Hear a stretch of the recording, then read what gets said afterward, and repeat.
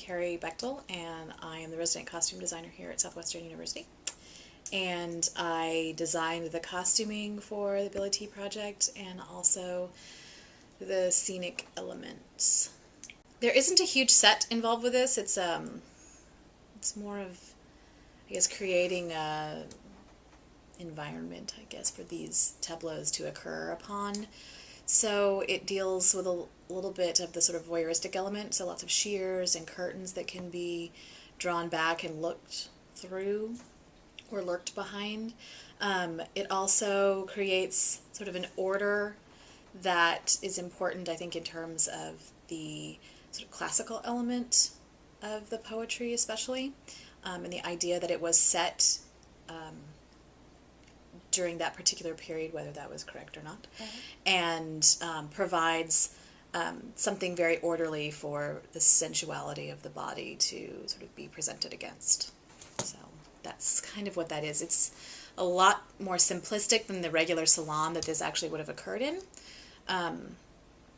The original construction, I guess, if we're doing a reconstruction, I guess it's the construction. Yeah. The original tableaux were actually set in someone's salon, which would have been upon their furniture within the sort of period context of the late the late 19th century. And so because we do not, those items today would be antiques for us, and because we do not have those or cannot recreate a beautiful, perfectly set turn of the century salon, we decided to sort of strip it down to bare bones and present something that was a little bit more sort of classical in flavor, so that we could then take the bodies and the costumes and sort of reinterpret them in a more, I guess, contemporary way. When I was asked to do this by Michael Cooper, I had read the plays and was familiar with the idea that it was sort of a Victorian gentleman's way of getting naked women out in the open and sort of presenting that. And so one of the things that I was excited about was not necessarily making it very classical or sort of reinterpreting that in a drapey Greek kind of way, but sort of looking at it through the eyes of art movements that were occurring in the late Victorian era. And one of those is the aesthetic movement. It sort of coincides with the Pre-Raphaelites.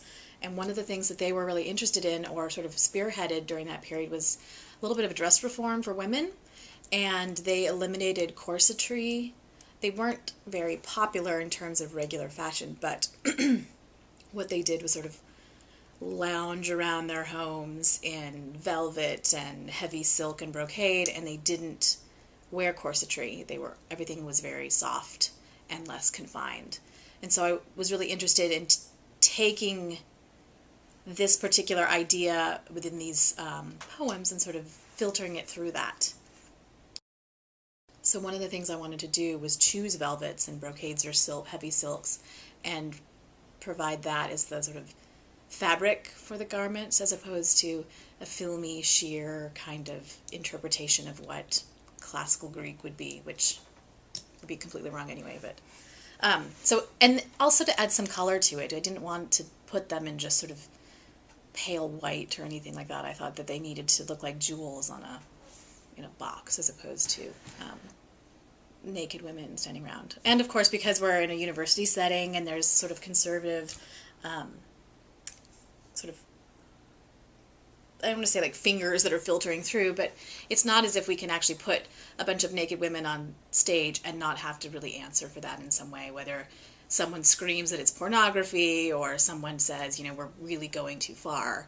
But I think through this, we're able to sort of see the bodies and see the contours and show some things that are a little titillating, at the same time do it in a way that is respectful and elegant. What are the guys wearing?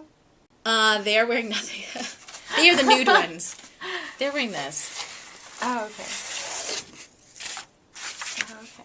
So the idea behind them, originally I wanted a fawn, because in the original engravings that are in the the little booklet or whatever. Willie Pogney, I think is his name, did the original engravings, and he oftentimes has a little fawn lurking around or playing the flute, and so I thought, oh, that would be really great to do that. I've never made a fawn costume, wouldn't that be kind of fun?